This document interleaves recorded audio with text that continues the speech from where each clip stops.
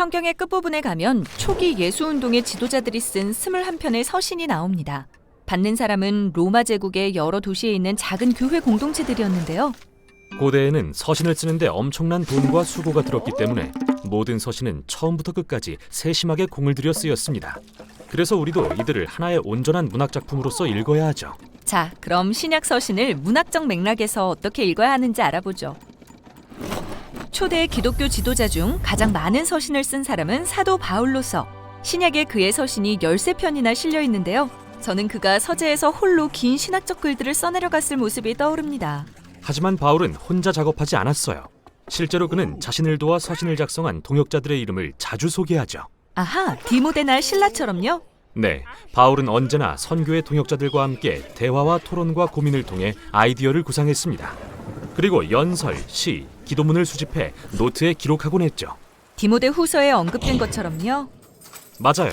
바울은 동역자들과 방에 모여 오래되고 새로운 자료들을 함께 취합하고 대서인을 고용해 그것들이 하나의 만족스러운 작품으로 편찬될 때까지 원고를 작성했습니다. 그런 다음 서신을 붙였군요. 네, 서신은 신뢰하는 동역자편에 붙여졌는데요. 그때 받는 사람들에게 어떻게 낭독해야 하는지에 대한 지시도 주어졌죠. 서신을 소리내어 읽어준다고요? 네, 당시엔 글을 못 읽는 사람이 태반이었거든요. 바울은 자신의 서신이 귀로 듣는 걸 전제로 쓰였다는 걸 여러 번 말했어요. 그의 서신들이 연설문처럼 들리는 이유죠. 그렇다면 이 서신들을 처음부터 끝까지 읽고 듣는 게 중요하겠군요. 각 부분이 전체에서 어떤 역할을 하는지 알려면요. 그렇죠. 그리고 문화마다 편지를 구성하는 형식이 다르듯 1세기 편지에도 표준 형식이 있었는데요. 머릿말에는 보낸 사람과 받는 사람을 적습니다. 다음으로 감사기도 또는 문안을 적은 뒤 본문으로 들어갑니다. 편지를 쓴 용건, 즉 받는 사람이 알아야 하거나 해야 하는 일에 대한 부분 말이죠. 네, 그리고 마지막으로 맺은 말에는 작별 인사나 여행 계획, 마지막 부탁이나 기도가 담깁니다. 그럼 신약 서신이 어떻게 이런 식으로 나눠지는지 살펴보는 게 도움이 되겠어요. 맞아요. 에베소서를 예로 들어볼까요? 좋아요. 먼저 머릿말이 나오고 하나님에 대한 긴 감사 기도로 이어집니다. 그리고 이 기도의 중앙에서 바울은 서신 전체의 주제를 소개하는데요. 바로 하나님의 계획은 하늘과 땅에 있는 모든 것을 그리스도 안에서 통일시키는 것입니다. 근데 이게 무슨 뜻이죠?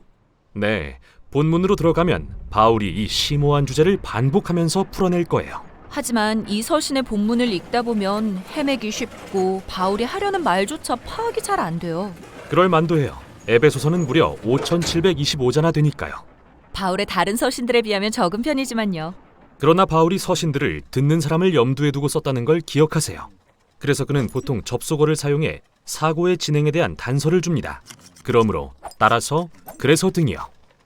에베소서의 본문에는 많은 문단이 있지만 모두 이러한 접속어로 시작한다는 건가요?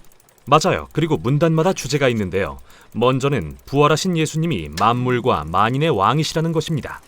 그리고 여러분, 곧 이방인들도 이제 하나님이 창조하시는 새 사람의 일원입니다.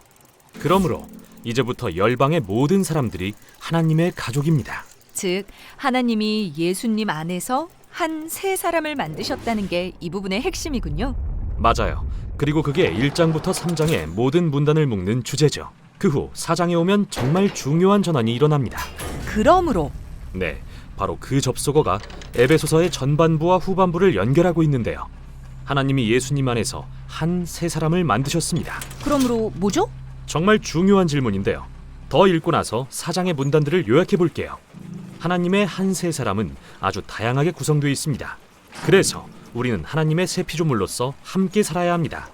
그러므로 서로를 사랑하고 용서하는 법을 배워야 합니다. 우리는 한 몸이니까요. 이 부분은 모두 하나됨에 대한 거군요. 맞아요. 그럼 이제 에베소서의 모든 부분이 어떻게 하나의 사고의 흐름을 갖는지 보일 거예요.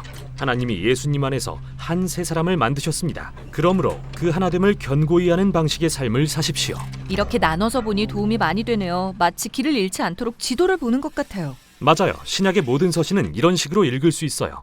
먼저 작은 부분들로 나누고 각 문단의 주제를 살핍니다. 그리고 반복되는 개념과 접속어를 찾아내 그것들이 어떻게 다시 연결되는지 보는 거죠. 그러면 어떻게 사도들이 각 부분을 기막히게 연결해서 온전한 문학작품을 완성해 초대 그리스도인뿐 아니라 오늘의 우리에게도 전하고 있는지 알 수 있습니다.